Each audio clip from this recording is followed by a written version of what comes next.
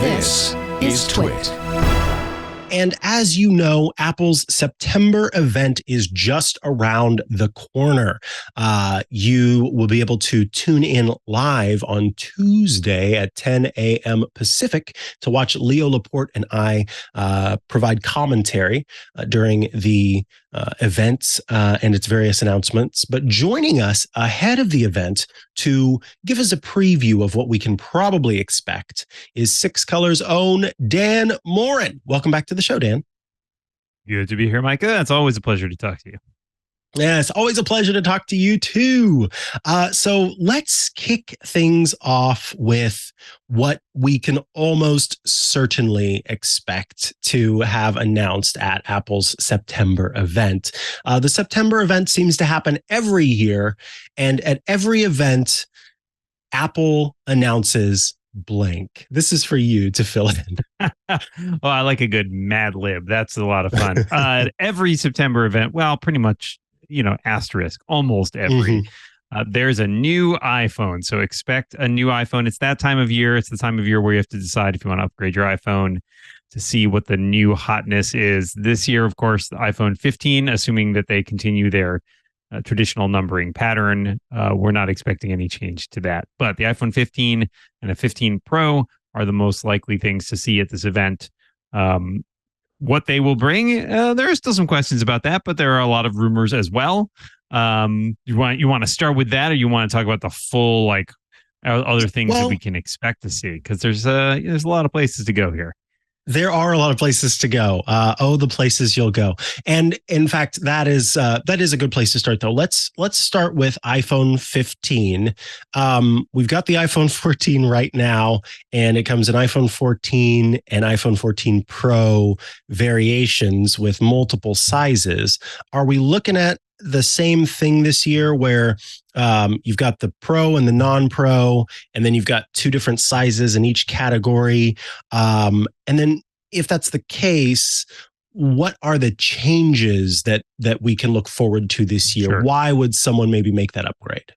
Yeah, so Apple has in the last few years worked on a very sort of a 2-year strategy with its models in the sense of the different assortment available. So for a couple of years, we had the iPhone 15, a smaller version of that, or iPhone, the standard iPhone, the iPhone Pro, a larger version of that. And then last year, they swapped to the mini phone for the Plus phone. So there was the iPhone 14, the 14 Plus, and then the 14 Pro and the 14 Pro Max.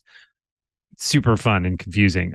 This year, we're expecting that to operate on pretty much the same thing, since they seem to give it at least a couple of years to see how that model lineup sort of shakes out. So expect your 15 and your 15 Plus to have so the same sizes as last year, along with the Pro lineup that has the same sort of corresponding sizes in the 15 Pro and the 15 Pro Max.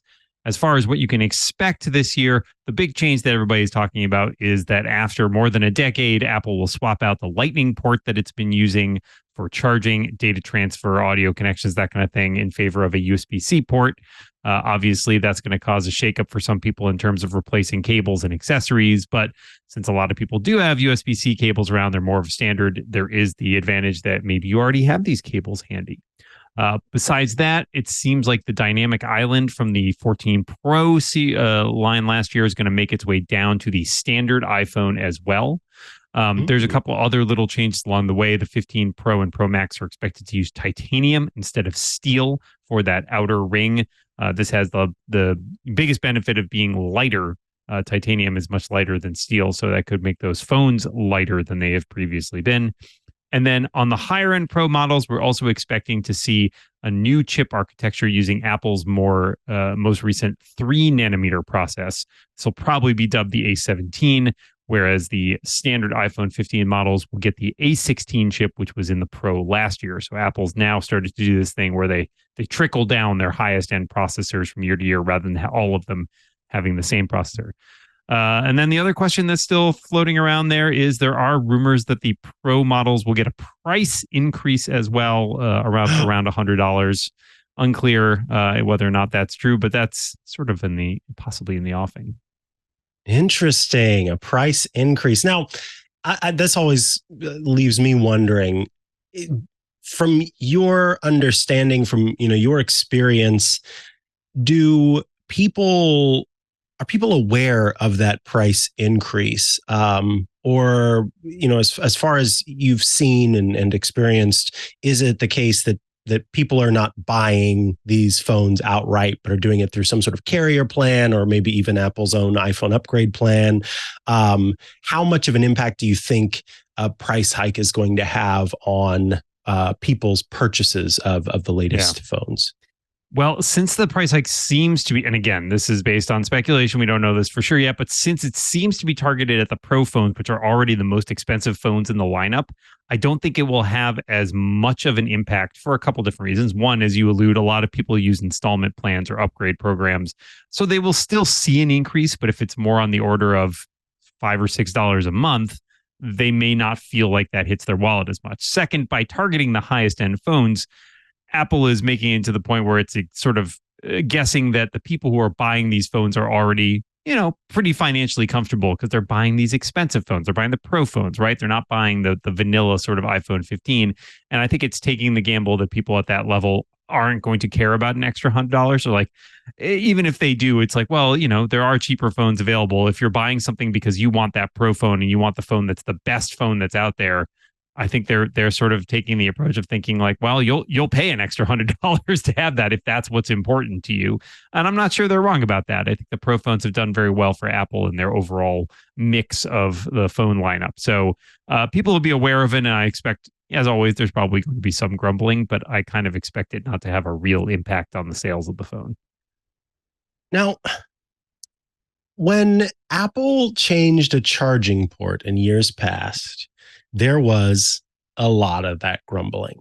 But this time around, a charging port change would shift the charging port and the necessary cables into a place that would, I think in many cases, make it so that people have more cables than they have had before, because a lot of other gadgets and gizmos have gone USB-C or have been USB-C for a long time.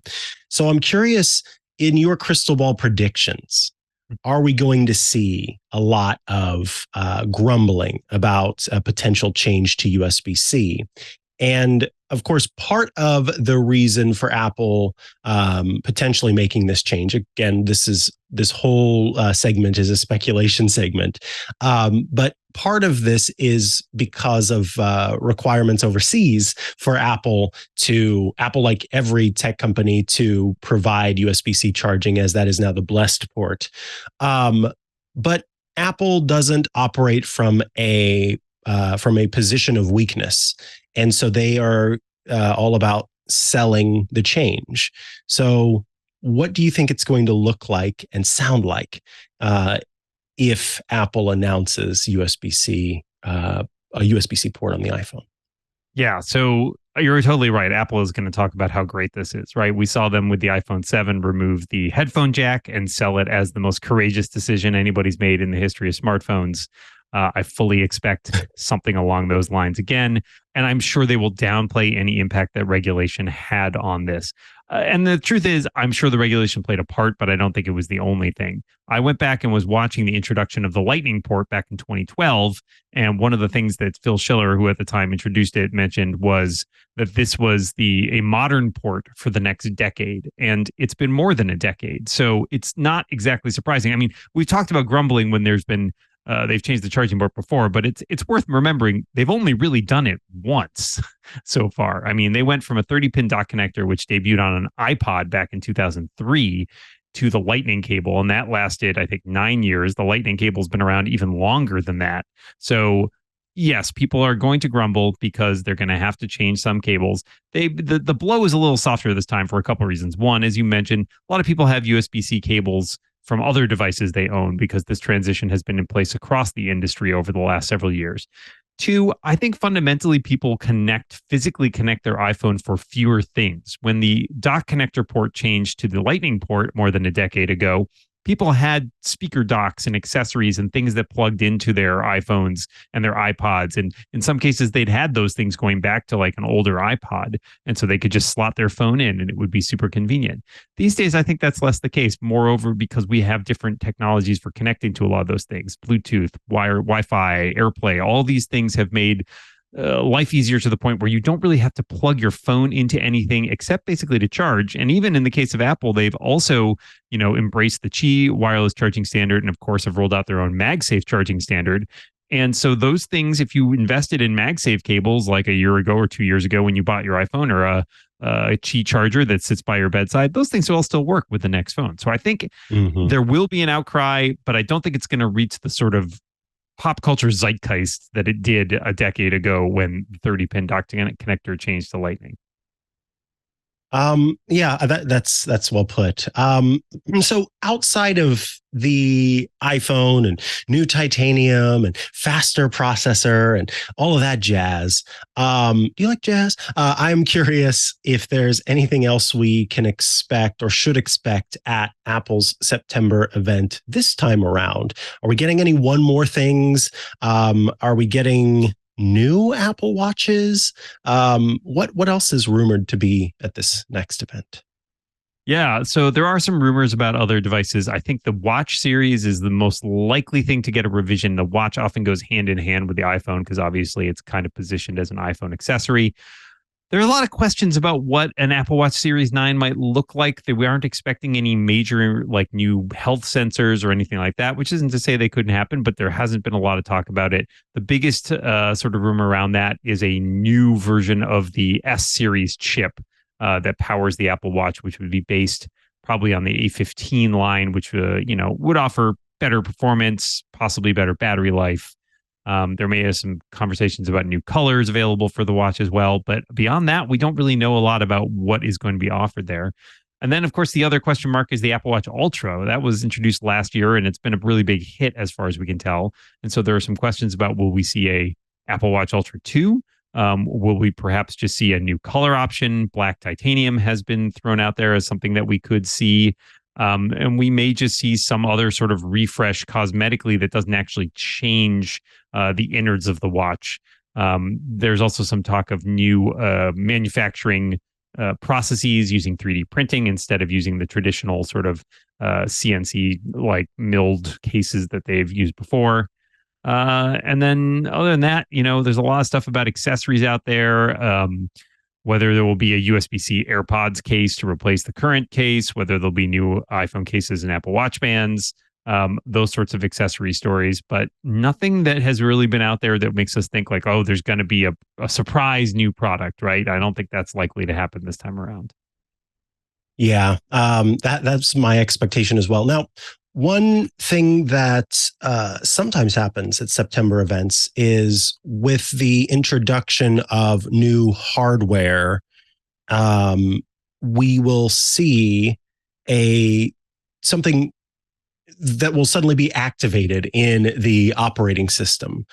So, for example, in years past, we saw the dynamic island that we had been testing iOS all the way leading up to the September event and did not know that this dynamic island was coming. And suddenly this in software mixed with hardware kind of feature was revealed. Are there any rumors about anything like that the hardware will take advantage of the software in a way that we had not expected? Or has all of that kind of been pretty clear up to this point?